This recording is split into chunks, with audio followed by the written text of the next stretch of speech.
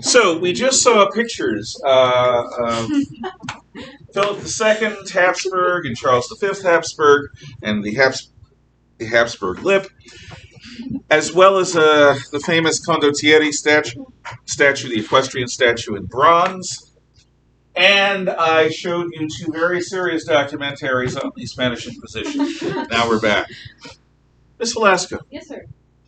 Oh, thank you. Okay, so, I was listening to the radio the other day, and, this pastor, I have to set the scene, otherwise you're going to be like, what? Fast. So anyway, this pastor, he was talking about, how he, well, I don't believe in the flying spaghetti monster. And I was like, wait. Well, good, unless he's a pastor of the flying spaghetti. I thought you made that up. Is that a thing? No, it's a thing. It's a thing. They're called Pastafarians. Yeah, look it up. It's an actual thing? It's an actual thing. What? It's basically what snarky atheists do to have fun. They basically invent a religion that's completely ludicrous and claim that they get religious dispensation because of that. Yeah. So, on that note, we move forward. The Hussites. The Hussites led the rebellions against the social order in the Hussite Wars. They were inspired by the Lollardy of Jan Hus, which was fighting for a less hierarchical church and social order, the elimination, in other words, of any recognizable church and state.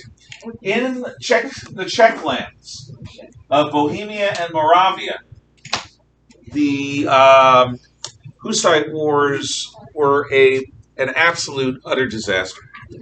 They cost significant proportion of the pop. I think it's between 5 and 10% of all the people of the Czech lands died as a result of the Hussite Wars, and that is an extremely high rate of casualties for war. Yes. Did you say that they led their rebellions against? What? Did they lead their rebellion? Against feudalism and against the church and against the empire. They were fighting for a new social order, a lot like the Albigensians. Linear perspective I showed you on Friday. Basically, you take 1 or 2 points in the distance of any picture that you're going to draw, and you have all of your lines converge on that picture, and it creates the illusion of three-dimensional space. The pragmatic sanction of Borscht. I'm going to leave until I get to the later. We move on. Borscht. It's a city. Not borscht as in the Russian beet soup stew, but borscht. I said borscht. By the way, borscht is delicious if you ever get a chance to have it. Isn't that the frozen fat meat? The frozen the fat meat? It's a soup. No, I don't know what that is. It's disgusting. Let me take it. No, good borscht is good. Does your family make borscht? They do. Good. I'd love a recipe to see how it compares to my wife's borscht. Because she's Italian, and so the borscht is the best we could get off the internet, but it's not the same as authentic. The sack of Rome. I'll come back to that too. The Ottoman Empire, Suleiman the Magnificent, and the sieges of Vienna. Okay.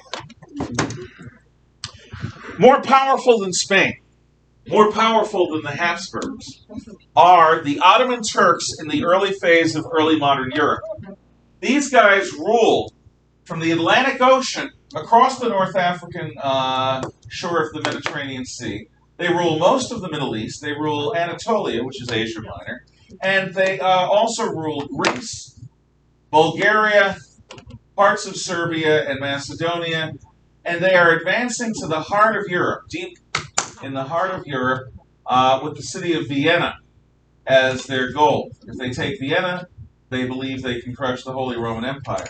They move into Hungary, and at the Battle of Mohawks, which is also known as 10,000 Blackbirds, because of all the crows that came to feast on the dead, the Turks advance on Vienna in 1529.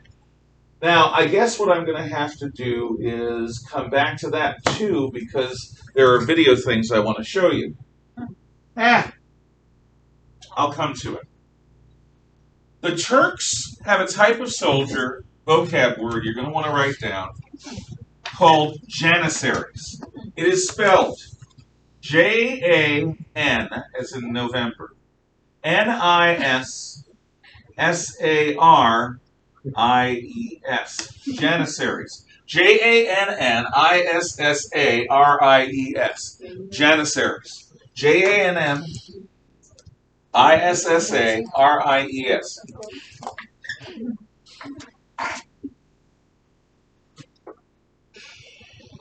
Janissaries are captured children of their Christian enemies. The Janissaries are a result of raids and conquest by the Ottomans, and the strongest and most intelligent boys are raised to be fanatical Muslims. And they are the shock troops of the Ottoman army.